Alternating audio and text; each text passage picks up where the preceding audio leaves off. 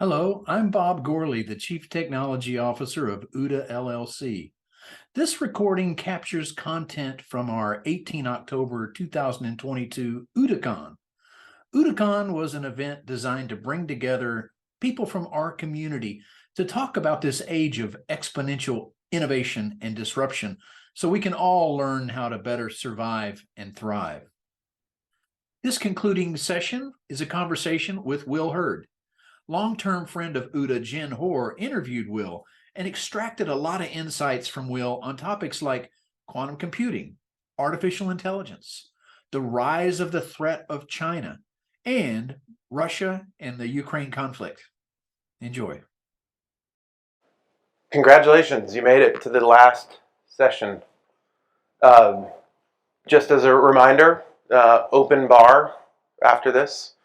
Appetizers, lots of great conversation, so we look forward to continuing the conversation, and we will have a new group joining us specifically for the happy hour. So there'll be about the 65 to 75 CEOs from MissionLink that'll join us in the networking.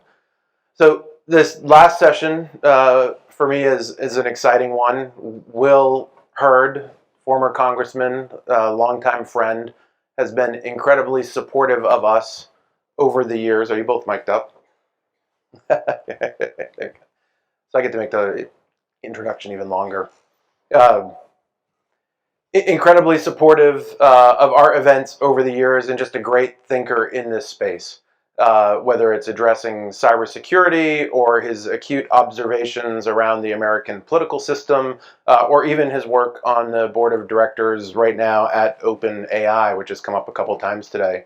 And rather than interview him myself, I thought I would throw him to the wolves and let Jen Hoare, who is a former journalist turned private corporate investigator, corporate intelligence professional, who is also a friend of Will's, conduct this interview and evoke out of him some conversational topics that we haven't heard from previously in the past. So with that, I turn it over to the two of you, and I look forward to the conversation.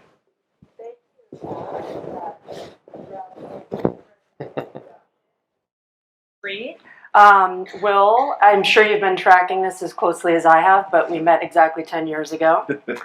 Full disclosure, we are very good friends. I'm also the most low-tech person you know. I'm basically Amish at this point. But I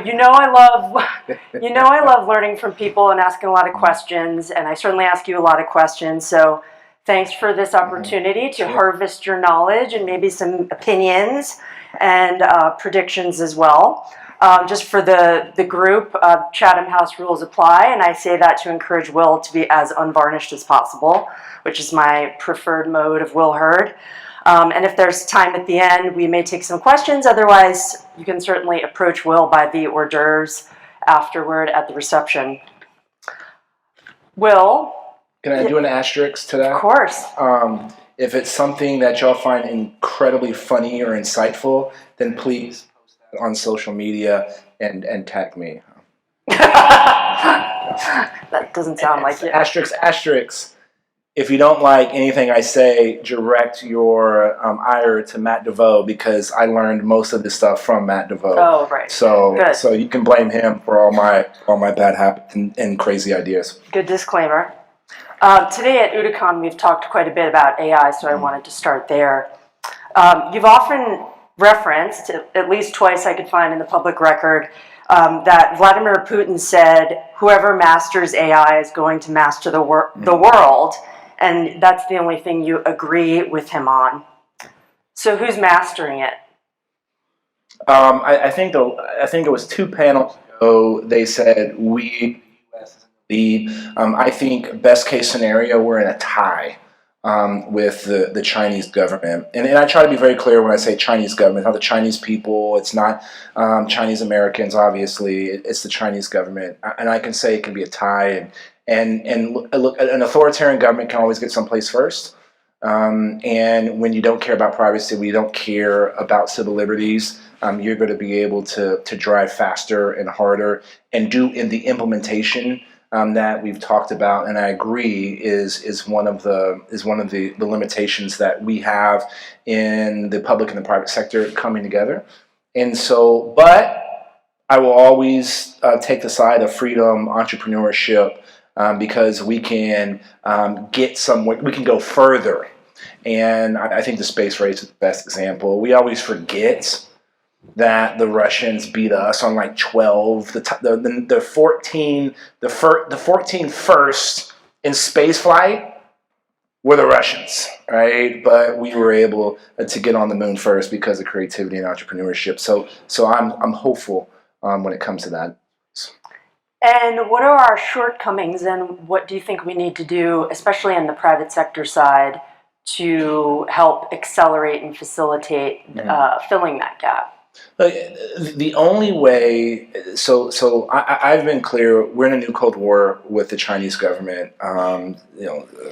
Secretary Rice, Dr. Rice and I have gotten into this debate about this. She doesn't necessarily articulate it that way, but we are. This group is a sophisticated group. We know the Chinese government have said themselves that the Chinese government is trying to surpass the United States of America as the global superpower. It's not my opinion. That's what they say in English in their own documents, right? And so we know that this is ultimately what they're trying to do. And in this new Cold War, it's a very big difference in the last Cold War. The Soviet Union was never bigger than us. Their economy was never going to ever be bigger than ours. And so that's not the case with China. So we have to be 4 times as efficient as the Chinese in dealing with these things. And the only way America and our allies are going to do that is that the public and the private sector starts cooperating a little bit closer. Now, I'll talk about an area that I know best. In the regulatory space, in the government space, we are probably 18 to 24 months behind Europe. And so just like with GDPR, the AI legislation that's going to be coming out from the EU, the Europeans are always going to be a little bit ahead of that. And that is driving how companies are going to evolve. And so I think and this is what I talk to my former colleagues about all the time, is we have to get in front of this. And the only way to do that is to leverage the insights from people here about these technologies. And guess what? I don't know how a drivetrain in a car works. I don't know how the combustion engine works. I can't just create that detail, but I know the benefits of using a car.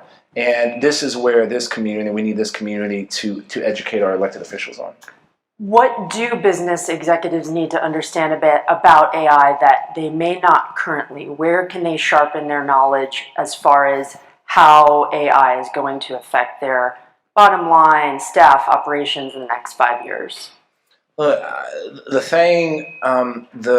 technological change we're going to see in the next 30 years, like the last 30 years, are like we're monkeys playing in the dirt with sticks, right? Where do they go? Honestly, I don't think there's a great resource out there to be like, how do I take the data that I have in my system to turn it into insights that I can make things better, or how do I leverage my workforce better by bringing these tools in? There's not someone I don't know of that is helping at every levels of that stack. And so, but I think what a CEO needs to do, and again, non-technical CEOs, my new fear is around adversarial AI, and the fact that so many people are starting to use it. I can put a sticker on a stop sign, and instead of making that autonomous vehicle stop, I can make it speed up. Not difficult to do, and I can with a little bit of background noise. If you're doing any kind of voice recognition, I can manipulate that to, if you're using something at home that has your doors locked, I can unlock it with just a little bit of background noise.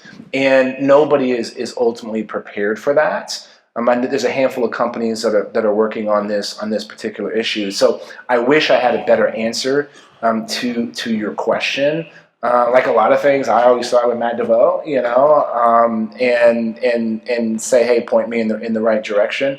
But I will say, people are having these conversations, right? 2016 maybe, I held the first hearing on AI in Congress, in all of Congress, right? Just a few years ago. Now it's being brought up in hearings at multiple different committees. There are groups that are funded by Congress that are talking about this issue. So there's a lot of the conversation going on. I don't think there's just one expert. Well, you yourself in your career right now are involved in this. You're on the board of OpenAI. Can you tell us a little bit about your experience and what you're doing there and what they're doing and what you're hopeful and maybe even pessimistic about? It is shocking how fast this stuff is moving, right? And again, a previous speaker talked about how, OpenAI has created an ecosystem and environment that has allowed others to come up. And the speed at which this is happening and what we're seeing is as the algorithms get better at performance, they get potentially less likely to achieve human desires and ends, right? And this is a difficult problem to handle, and something that we're consumed with trying to answer. We want to make sure that the tool is achieving human intentions, and that fact that happens is kind of shocking and mind-boggling to me. Some of the developments post GPT-3 is going to shock folks, and that this notion of being able to get to artificial general intelligence is not as far flung as most people think. And I'll be honest, you would put me in the category of being suspicious, but having come in and white gloved and ask a lot of questions. We're going to get there faster than most people think. Now, the fear that I have, Sam Altman, our CEO, always says, the Moore's law for everything. If everything every 2 years can get half as expensive, what kind of environment is that going to create? And how do we absorb the fact that we have something this powerful? How do we prevent pre-crime? The thing that's weird, and I can talk about this in this group and not feel like I'm being a weirdo, but it's like every sci-fi movie is like, shit, that's so true, right? Like, any of y'all have watched Minority Report recently? Like, what the heck? Pre-crime is really like it's like a real thing, right? And so we don't have the systems around how do we ensure something this powerful it doesn't ruin humanity, that instead it actually uplifts humanity. You have a lot of interests and talents and hobbies. What should we make of the fact that of the several things that you could devote yourself to, one of which was your book, you have a full-time job. What caused you to pursue your involvement with OpenAI? It's the equivalent of nuclear fission. Controlled, you're going to have something that can be great for humanity. That's the equivalent of nuclear power, clean energy that can light up the world. Uncontrolled, it could bring the world. It could stop the world from turning. Right? It's that powerful, and we're going to achieve those levels of action. Being connected with the national security industry for 22 years, I've learned something. When people make predictions, usually take that number and divide it in half, and that's usually how long it actually takes for this stuff to happen. That's something it's powerful, and we need people involved that are thinking about how can this be a tool that actually helps people and doesn't increase the gap between the haves and have-nots at the same time, or it's not being turned around and impacting us. Like I try to explain to my brother, he's always the one that I try to, like, if my brother can get it, then anybody can get it. And I was like, look, Could the Terminator really become a thing? Yeah. But I'm less worried about the Terminator than something that knows absolutely everything about me and then can push messaging directly to me. And to be able to do that to 8 billion people all at the same time. That's pretty scary. And I don't want the Chinese government to have it. Right. Do you think that AI is a threat to humanity or a net positive? I think it can be a net positive. It should be a net positive, but there is going to be a serious threat. Right? The fact that in 2022 we're literally having a debate about whether there's going to be a nuclear war, like a legitimate debate, where all of us that have been in the national security community for a long time kind of was like the whole nuclear weapons thing, no one's going to use it. It's not going to be a thing. And now it's like, holy shit, like that may actually happen, pardon my language. And so we have to be realistic. I try not to be, doom and gloom, because I think the upside's even better. Like, look, Dali was mentioned a few times. Imagine the young kid that's in rural West Texas that has some great ideas and doesn't know how to, wants to be able to write a TV show or a movie. Now they can do that. They can have tools to do that. Or this creative idea that they're going to be able to leverage because now they don't have to pay for illustrators. They can use Dali, right? And so I think that all of that is super exciting. But we have to be mindful and move forward. One of the things I always learned about Matt, when we created the internet, we didn't think about security. Nobody thought it was going to be used that way. We at least now know that some of the downsides of this tool. Want to move on to another topic I know you've talked a lot about and written about. Very salient right now, U.S.-China tech competition. It seems as adversarial as ever. And once again, I'm going to quote you. If the Chinese government wants to steal our technology, let's steal their engineers. Sure. How's that going? Look, thanks for getting my blood pressure up. One of the scary trends that people don't talk about is F1 visa of applications are decreasing. That trend started in about 2016 and has continued year over year. Even some people thought, that was just COVID years, right? No, it's continued post-COVID. I know we still have COVID. I'm not a denier, but in this out of this period of time, that means a couple of things. That means people are deciding to go other places because they're just as competitive, right? Or they're saying, I just don't want to deal with going to the United States. That's scary to me because we've benefited from the brain gain of every other country for the last couple of decades. I want to continue that. If you're a foreign national going to Texas A&M University and you're getting a degree in advanced, data analytics or quantum computing, I want you to stay in the U.S. and work for an American company. I don't want you. Look, I love Canada, but I don't want you to have to go to Canada either, right? Because it's a little bit easier to get there. And so, streamlining our legal immigration system is, we should be able to do that. What's frustrating to me is when you look at voters, even Republican primary voters say that this is something that we should do. But unfortunately, our politics are getting in the way of solving, of ultimately solving that trend. But that's the only way that we're going to continue to excel and grow. And that's one of the things that every company needs. And look, we oftentimes look to the past problems and try to solve past problems instead of looking to the future. And look, I think a positive thing in this area, like the CHIPS Act, was a big deal. But we did it at a time when we're starting to see a decrease in the need for semiconductors, and we're seeing about some of our great semiconductor companies having to lay off staff because we weren't predicting the cyclical trends of that you see in the semiconductor world.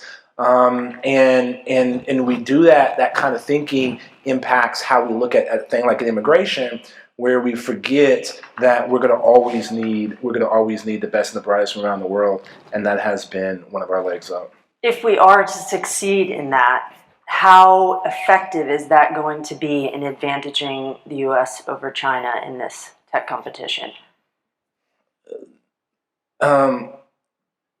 Talent is the most important thing, right? So we were talking about data, and compute, and we actually somebody added application. I would add you got to have all the people to be able to use that stuff, and so if those are the people who are going to be taking that idea and 6 months later turning into $100 million business, and so I think that is something that if we win that race, the fact that authoritarian government like the Chinese government can get somewhere first because of and will always have more data, that can be one of the leg ups. But unfortunately, there's like almost zero this kind of conversation happening up in DC and or here in DC. Excuse me, I'm in DC.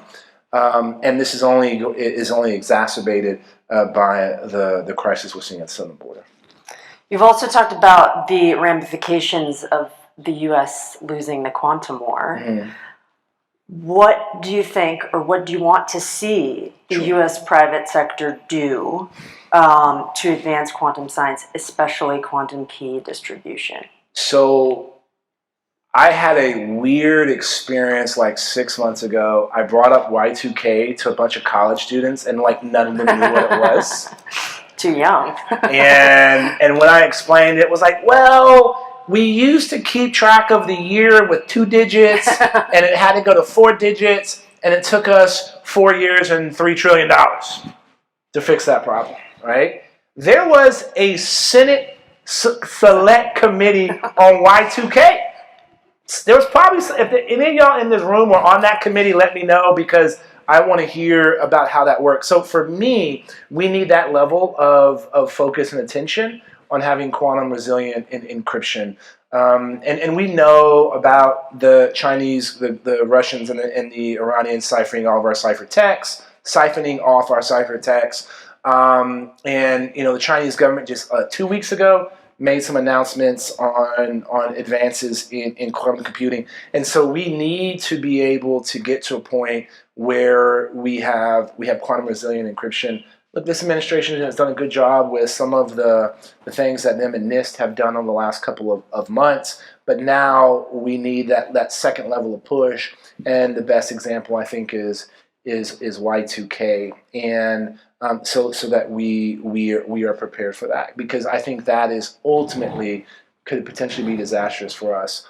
And if the first mover advantage in that race is so significant that if you don't get caught up within like a day or two, the impacts, especially the intelligence impact, is going to be severe, and it will be global.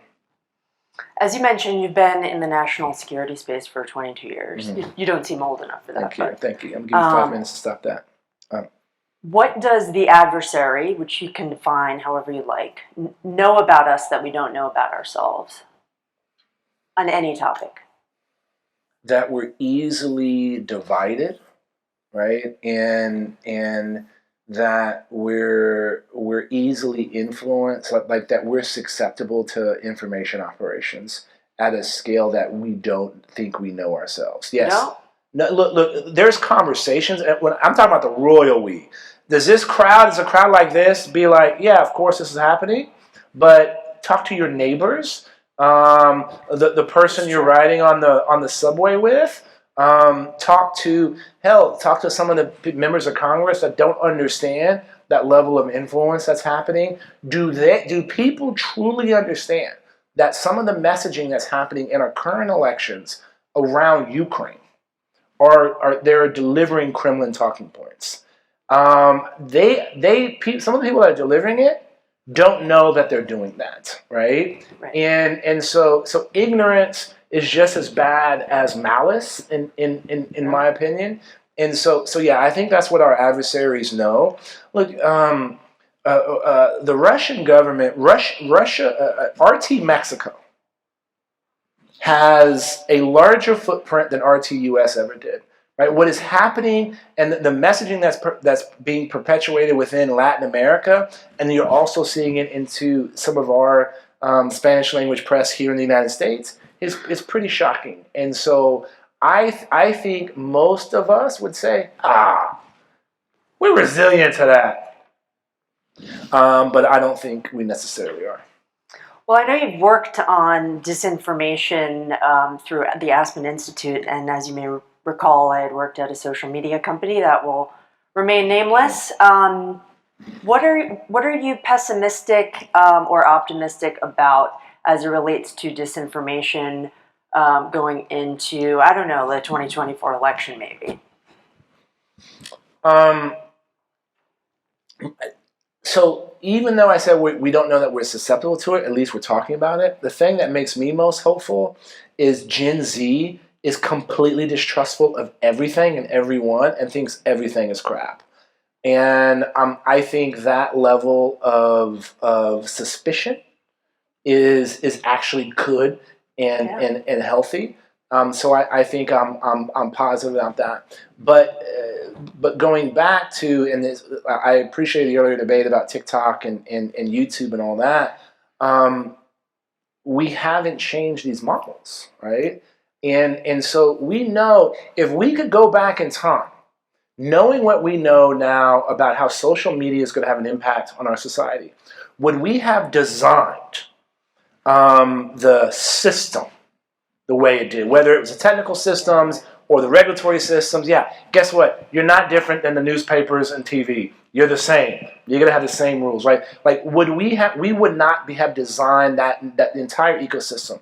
So, why are we not having these conversations around the metaverse?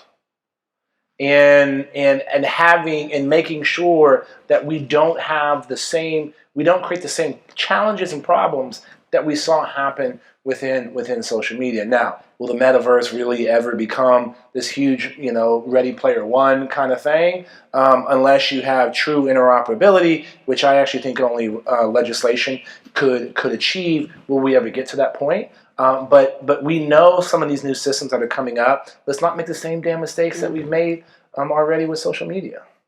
Fair. I want to switch gears a little bit. It's been a while since you were a computer science major at Texas A&M. That's a state secret, so we'll leave that there. I hope you're not going to ask me any questions about Fortran 77. A little more recent that you and Matt had worked together at Fusion Next. Now you're in the private sector and presumably talking to a lot of companies in the cyber and cyber adjacent space. Given all of that experience over those many years and all of the conversations that you have the benefit of having, what do you find that the most successful cyber and cyber adjacent companies do differently from and better than their competitors? Explaining what they do. It really comes down. It really comes down to explaining crystal clear what the threat is, and having a tool and explaining how the tool works to deal against that threat.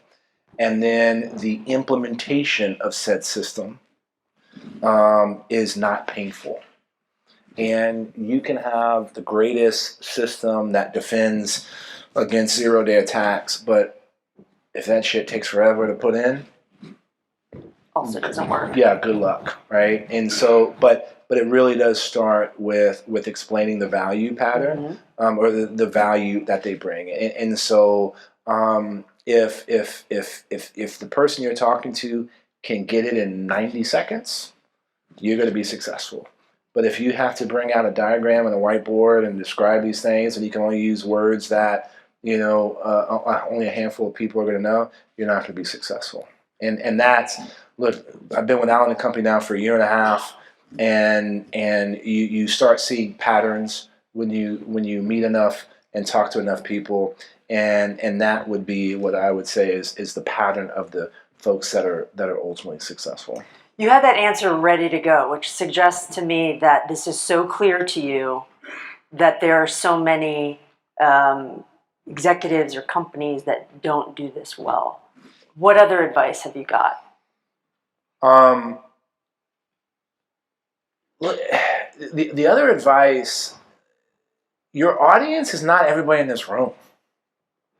right? Like, look, so I always tell, look, when we're not talking politics, that's why I tell Republicans, it's easy to talk to other Republicans. You're preaching to the choir, Right. right? Y'all have to be able to explain some of these complicated ideas and systems to people that are never going to understand it with your level of granularity. So get better at explaining stuff. And introducing new things is really hard because everybody's always suspicious. And if you have to resort to using old frames to codify or to contextualize your idea, you're going to lose. You just got to get better at explaining the new thing, and explain in a way that my brother can know. I should have, like, it's like the anger translator in Key and Peele. It's like I have my brother to explain that to. Yes, exactly. Yeah. We've talked today at OODAcon about the threat landscape quite a bit. I'm not going to belabor specific issues, but I am very curious, with all the news you consume and everything that you learn in your work, what has surprised you? What has surprised me is how few people understand that we are actually in a conflict with China. And what's I say that based on when I have a book and it came out, that was the first thing people said. And I'm thinking, I'm explaining the ABCs because I've been talking about this stuff for a long time. But it is not, and people don't understand why this conflict matters and how this is going to have an impact on us. And the bottom line is this: the United States of America became a superpower. We started acting like a superpower at the end of World War II when we gave a helping hand to Europe after that conflict. We actually became a superpower earlier in the middle of World War I when the U.S. Became the largest percentage of global GDP. And we surpassed the UK. The UK's percentage of global GDP now is 3.3%. We're at about 25. The Chinese went from 1 to about 18 in about, I think it was about 8 years, right? And so what is the impact of our way of life if we were ever to mimic what happened to the UK, which is 100% completely possible? And so what I am shocked by is how few actually understand and interpret that this is this truly is. I hate people use the word existential a lot. This could impact our livelihoods, the livelihood of our children, the livelihood of our grandchildren, and this is going to decide whether or not the rest of this century stays the American century, which I want it to stay, right? And so I'm shocked about how few people truly understand this conflict. Oh, and by the way, when the Chinese invade Taiwan, and it's going to happen, right? It's probably going to happen, but look, the Chinese government's perspective is that middle of 2030s is by the end of the 2030s, the Taiwanese are going to be able to defend themselves. So they're going to have to move before then. So that's basically now to 10 years from now. And is the American public prepared to support our defense of Taiwan? Right now, today, absolutely not. And are we going to prepare that information battle space in order to do that? And it starts by understanding the impact that the Chinese government having control of 70% of semiconductor manufacturing, and why that should matter to us. And that, like, to me, it's clear. A lot of people know this. Most people in this crowd understand that, but it's not. It's not something that is commonly accepted or known. And it's going to be. We will know if we lose this. Our kids, our grandkids are going to be like, how'd y'all F that up? You should have saw it coming. We're obviously very saturated with bad news right now and a lot of other constraints. Yeah. So, no, but I mean, you're decisive in diagnosing that. How are you going to bring that to the fore? And what is your, not necessarily personal hobbyist mission, but what is your, in being so clear about that, How are you going to bring that more to the fore?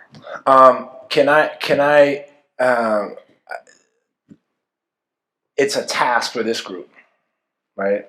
Like, what y'all all need to do, you need to do a better job of explaining what you do, right? Like, because guess what?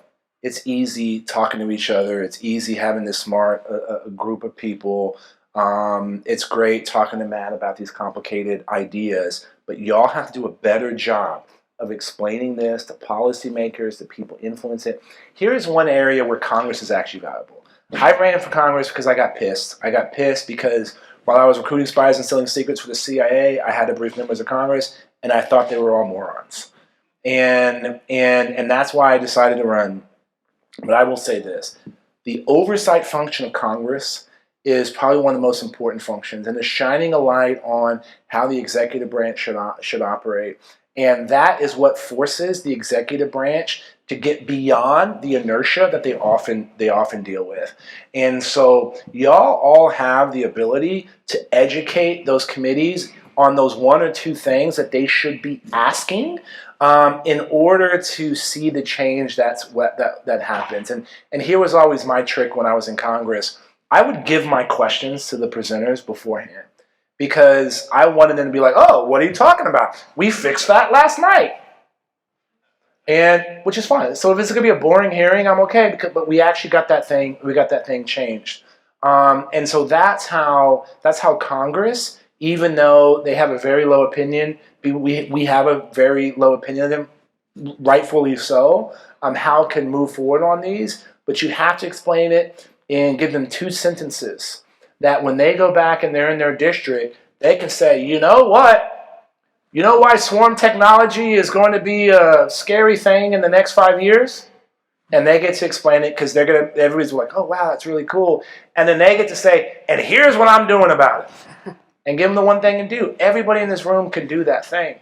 And that's why I feel comfortable and confident that we're going to be able to address these challenges and see the rest of the century be an American century, because there's smart people like everybody in this room that is going to be playing their part, not only in continuing and making these kind of technologies and these breakthroughs work, but ensuring they get adopted in a way that benefits and helps American society grow and ultimately uplifts humanity. So you're saying that the war with China that you see as so problematic and worrisome can be played out powerfully and effectively and victoriously through the private sector. That's a way better way of interpreting in what I said. Yes, and we got to do it, right? And look, I'm hopeful because guess what? This is what we've always done, right? Like the challenges that we have to deal with. We're not fighting on the fields of Concord. Okay, we're not having to storm the beaches of Normandy. We're not doing hand-to-hand combat in a fortress in Mazar-i Sharif, right? We're just having to educate people on these things that we are learning to understand. If we do this, we're going to be able to continue to win. And this notion that a industrial policy by the Politburo in China, can they get somewhere and can they build that widget? Yes, but that's going to stop working after a certain period of time. And so that's why I'm excited about the future and what it has in store. My grandmother, who passed a number of years ago, she always said she was born when people going around a horse and buggy and she saw someone go to the moon, right? Like, what's the equivalent for us in that frame? And so to play a little role in some of that is really cool. And like I said, there's too much talent that is going to help us solve this problem. As you know, the OODAcon's focus, or the theme of today, has been exponential disruption and innovation. Being as specific as you possibly can, what do you want to see be exponentially disruptive in your lifetime?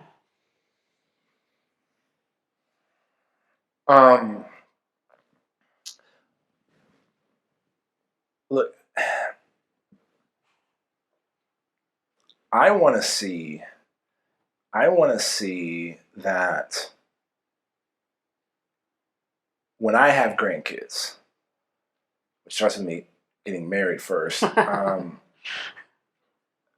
I have grandkids and they're getting educated, that they're being taught things in a way that is so foreign to me because it looks absolutely nothing like how I was educated, right? Like, I want to go in and feel like a Neanderthal because they're using technology and tools in a way that they're going to be ready to take on these challenges that we know don't exist today. Mm-hmm. Like, that's what I want to see, and I think that's the disruption in how we educate our kids.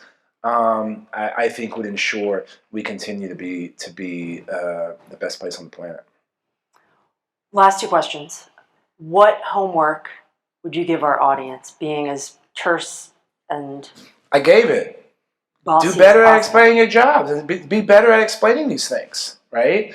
And do it in such a way that a moronic member of Congress can walk away with, here are the two things that why this matters, and here's what I'm doing about it, right? Like, all of y'all write, all of y'all do things. Stop writing for each other and start writing for the people that are going to have to adopt and use these things, so they can spark and be like, I need to learn a little bit more about it. But if it's so complicated that nobody can feel like they can interact with the idea and the concept, then you failed.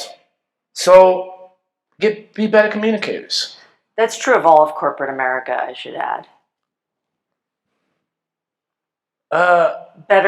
More succinct explanations, clearer, less jargon, less insider parlance. Sure, if you're in the oil and natural gas sector, I'm pretty sure I know what they do, right? Like, and so these things that have been around for a long time, right? Like, if you were to talk about superposition, to like, people are gonna be like, well, what is that? Is that magic, right? But you got to explain it in a certain way. And so yeah, we got to do a better job of explaining why y'all have spent your careers and your lives and your time, energy, and treasure on these things. Because if y'all can't do it,